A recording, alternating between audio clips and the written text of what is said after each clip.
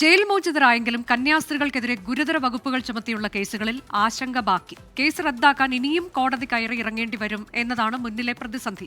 ഇക്കാര്യത്തിലെ ആശങ്ക തുറന്നു പറയുകയാണ് സിസ്റ്റർ പ്രീതി മേരിയുടെ സഹോദരൻ ബൈജു.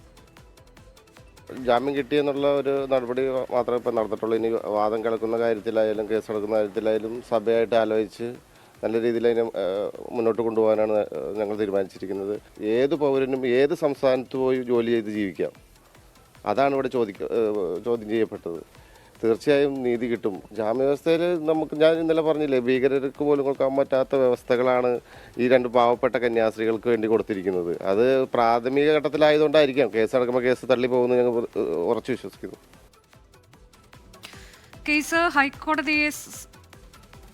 ഹൈക്കോടതിയെ സമീപിക്കാൻ നിയമവിദഗ്ധരുമായി കത്തോലിക്ക സഭ ചർച്ച നടത്തും. കന്യാസ്ത്രീകളെ ഛത്തീസ്ഗഡിലെ ദില്ലി രാജറായിലെ മഠത്തിൽ എത്തിച്ചിട്ടുണ്ട്. കന്യാസ്ത്രീകൾക്കെതിരെയുള്ള നടപടിയിൽ കത്തോലിക്ക സഭാ മുഖപത്രം ദീപിക ഇന്നും BJPയെ കടന്നാക്രമിച്ചു.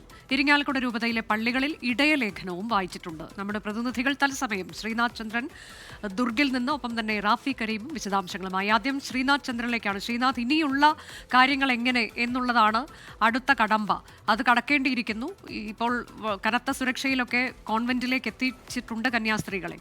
അടുത്ത നീക്കങ്ങൾ എങ്ങനെയായിരിക്കും എന്നുള്ളതിൽ കൂടിയാലോചനകൾ നടക്കുന്നുണ്ട്. അവിടെ നിന്ന് എങ്ങനെയാണ് നമുക്ക് എന്തെങ്കിലും നിയമവൃത്തങ്ങളിൽ നിന്നൊക്കെ അറിയാൻ കഴിയുന്നുണ്ടോ? മറ്റൊന്ന്, ഈ അതിക്രമം കാട്ടിയവർക്കെതിരെ പരാതി കൊടുക്കുക എന്നുള്ള നടപടിയിലേക്ക് ഈ പെൺകുട്ടികൾ പോകുന്നുണ്ടല്ലോ. അനുജ, തീർച്ചയായും അല്പസമയം മുമ്പ് ഞാൻ ഈ കന്യാസ്ത്രീമാരുടെ അഭിഭാഷകരുമായി സംസാരിച്ചതാണ്, അമൃതദാസുമായി സംസാരിച്ചതാണ്. അവർ കുറച്ചുകൂടി കൂടിയാലോചനകൾ നടത്തേണ്ടി വരും എന്നതാണ് പറയുന്നത്. ഹൈക്കോടതിയെ സമീപിക്കാൻ തന്നെയാണ് കന്യാസ്ത്രീമാരുടെ ഭാഗത്തു നിന്നുള്ള നീക്കം. കാരണം ഈ താൽക്കാലികമായ ഒരു ആശ്വാസമാണ്. തൽക്കാലത്തേക്ക് ജയിൽ ജീവിതം ഒന്ന് മാറിക്കിട്ടി, ആ ദുരിത ജീവിതം മാറിയെങ്കിലും ഈ കേസ് അവർക്ക് മുകളിൽ അതുപോലെ തന്നെ നിലനിൽക്കുകയാണ്. ഇപ്പോൾ NIA കോടതി ഇനിയിപ്പോൾ കേസ് അന്വേഷിക്കേണ്ടത് NIA ആണ് എന്ന് പറഞ്ഞതോടുകൂടി തന്നെ പന്ത് NIAയുടെ കോർട്ടിലേക്ക് എത്തുന്നുണ്ട്. പക്ഷേ അവിടെ ഒരു നിയമപ്രശ്നം നിയമവിദഗ്ധർ ചൂണ്ടിക്കാട്ടുന്നുണ്ട്. സാധാരണ ഈ NIAക്ക് കേസ് വിടുന്നതിന് ചില നടപടിക്രമങ്ങളൊക്കെ ഉണ്ട്. അങ്ങനെ തിടുക്കപ്പെട്ട് ഏതെങ്കിലും കേസ് NIAക്ക് കൈമാറാൻ കഴിയില്ല.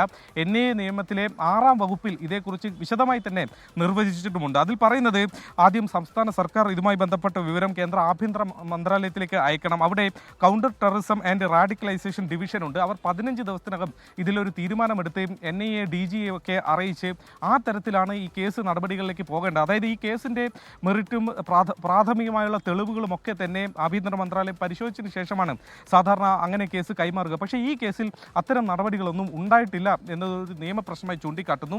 സമീപകാലത്ത് 2015 പിങ്കി വേഴ്സസ് ഉത്തർപ്രദേശ് സർക്കാർ അടക്കമുള്ള കേസുകൾ സുപ്രീം കോടതിക്ക് മുന്നിൽ വന്നപ്പോൾ ആ വിധികളിലൊക്കെ തന്നെ സുപ്രീം കോടതി ഇങ്ങനെയൊരു പ്രശ്നം, നടപടിക്രമങ്ങൾ പാലിക്കാതെ എടുത്ത കേസുകൾ നിലനിൽക്കില്ല എന്നൊരു നിലപാട് എടുത്തിട്ടുണ്ട്. അതുകൊണ്ട് ആ നിലപാട്, ആ ഒരു സാഹചര്യം ഈ കേസിലും ബാധിക്കും എന്നതാണ് നമ്മൾ മനസ്സിലാക്കുന്നത്.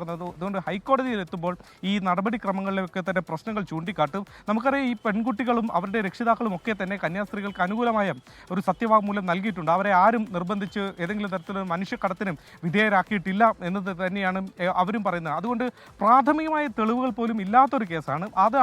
അങ്ങനെ ഒരു കേസിലാണ് ആ പന്ത് NIAയുടെ കോർട്ടിലേക്ക് തട്ടിവിടാനുള്ള ബോധപൂർവമായ ശ്രമം നടന്നിട്ടുള്ളത്. ഹൈക്കോടതിയിൽ പോയാൽ ഇതിനൊക്കെ തന്നെ ഒരു പരിഹാരം കാണാൻ കഴിയും എന്ന വിശ്വാസം കന്യാസ്ത്രീമാർക്കുണ്ട്, ഒപ്പം സഭയ്ക്കുമുണ്ട്. അതുകൊണ്ട് ആ തരത്തിലുള്ള നിയമ നടപടികളിലേക്കാകും ഇനി പോവുക. അനുജ.